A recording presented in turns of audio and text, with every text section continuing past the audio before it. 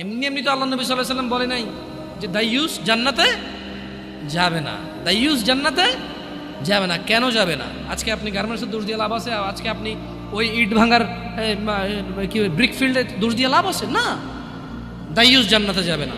মনে রাখবেন, যুবক অবস্থায় এই জিনিসগুলো নলেজ রাখা ভালো। বিয়ে শাদীর আগেই কোন মহিলা যদি বেপরদার কারণে জাহান্নামে যায়, শুধু ও যাবে না, ওর সাথে কেউ না কেউ রিলেটেড থাকবে। পুরুষ কুড বি ফাদার, বাপ হইতে পারে, বড় ভাই হইতে পারে, তারপর হচ্ছে স্বামী হতে পারে।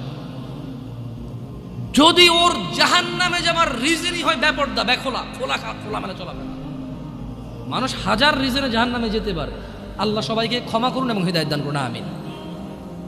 হাজারটা রিজন আছে জাহান্নামে যাওয়ার, কিন্তু যদি কোনো মহিলা, এমন মহিলা যার বড় ভাই আছে, যার বাপ আছে, যার স্বামী আছে, আর ওদের থাকা অবস্থায় তার এমন একটা অন্যায়ের কারণে তার জাহান্নাম হয়েছে, যে অন্যটা হচ্ছে তার কি খোলামেলা চলাফেরা, তার জেনাবা বিচারের চলাফেরা, তার বেপরদা অশ্লীল চলাফেরা, তাহলে ওই মহিলা একা জাহান্নামে যাবে না, সঙ্গে কাউকে নিয়ে যাবে। এবার যে লোকটা সংশ্লিষ্ট সময়ে দায়িত্ববান ছিল সে যাবে সঙ্গে।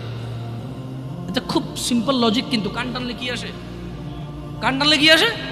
ওই মহিলা যদি সংশ্লিষ্ট রিজনে যদি জাহান্নামে যায়, সংশ্লিষ্ট সময়ে যে দায়িত্ববান পুরুষ তার অভিভাবকত্বের মতো ছিল, যার উচিত ছিল তার জন্য সামর্থ্য অনুযায়ী জামা কাপড় কিনা সুন্দর দেখে, সামর্থ্য অনুযায়ী খাওয়ার দাওয়ার ব্যবস্থা করা, তার আর অর্থনৈতিক অবস্থার উপরে ডিপেন্ড করে, সামর্থ্য অনুযায়ী ওর কমফোর্ট জোনে রাখা হোক, সামর্থ্য অনুযায়ী যতটুকু আছে উজাড় করে দেওয়া ওর পিছনে, ওই সংশ্লিষ্ট ব্যক্তিটার জন্য দায়ী থাকবে।